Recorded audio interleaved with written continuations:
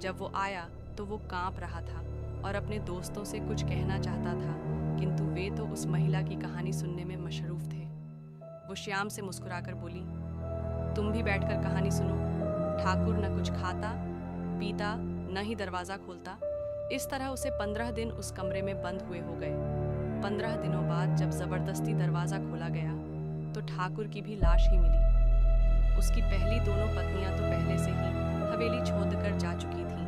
उन्हें DDDHR था, जब भी ठाकुर बाहर आएगा तभी उन्हें तंदी देगा। ठाकुर की लाश देखकर उसके नौकर भी भाग गए। तब से दोनों इसी हवेली में भटक रहे हैं। उनकी आत्मा को शांति भी नहीं मिली। प्रशांत बोला, वो आपको नहीं मिले, फिर आप यहाँ इस तरह कैसे रहती है? तभी श्याम बोला, क्या तू भी ना कुछ भी बोलता रहता है, कहकर चिल्लाने जैसे स्वर में बोला, उस दिन तूने मेरे पैसे भी नहीं दिए और ये दीपा अपने को क्या समझती है? उसके इस तरह के व्यवहार से सभी देखने लगे। वो हाथों के इशारे से कुछ कहना चाहता था, किंतु कोई नहीं समझा। जैसे ही वो लोग उस महिला की तरफ पलटे, वहां कोई नहीं था। तब श्याम बोला, ये औरत और कोई नहीं, रूपा की ही आत्मा थी। क्या? सभी DDR से कांपने लगे।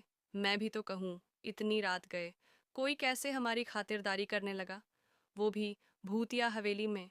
तुझे कैसे पता चला कि वो औरत नहीं रूपा का भूत है? जब मैं वॉशरूम गया तभी मैंने।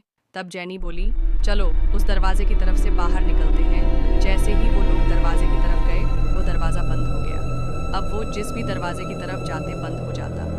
तभी एक आवाज़ गूंजी, मैं तो बरसों से बंद हूँ, क्या तुम मेरा अकेलापन दूर नहीं करोगे?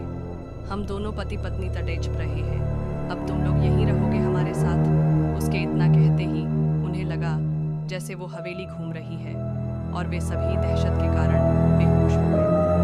हवेली पर सूरज की किरण पड़ रही, वे पांचों अभी भी ऐसे ही पड़ रहे थे। तभी दीपा ने आंख खोली और पानी के छींटे मारकर अपने दोस्तों को भी उठाया। उन्हें लग रहा था जैसे उन्होंने कोई डरावना सपना देखा। वो उठे और भागने लगे। तभी जैनी ने उन्हें रोक दिया और बोली, अब दिन है, ठाकुर साहब का कमरा ढूंढो।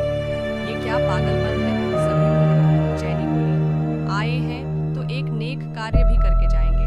सभी उसकी मंशा समझ गए और सबने मिलकर वो कमरा ढूंढ ही लिया। वो ताबूत भी हवेली के पीछे ही। उन्होंने लकड़ियां इकट्ठी की और 2 चिताएं तैयार की और जितना भी उन्हें ज्ञान था, कुछ गूगल से मंत्रोच्चारण करके उनका दाह संस्कार किया और अपने घर के लिए चल पड़ी छे। आपको ये कहानी पसंद आई तो और नए स्टोरीज के लिए चैनल को सब्सक्राइब कर लें एंड वीडियो को लाइक शेयर करें। Thanks for watching.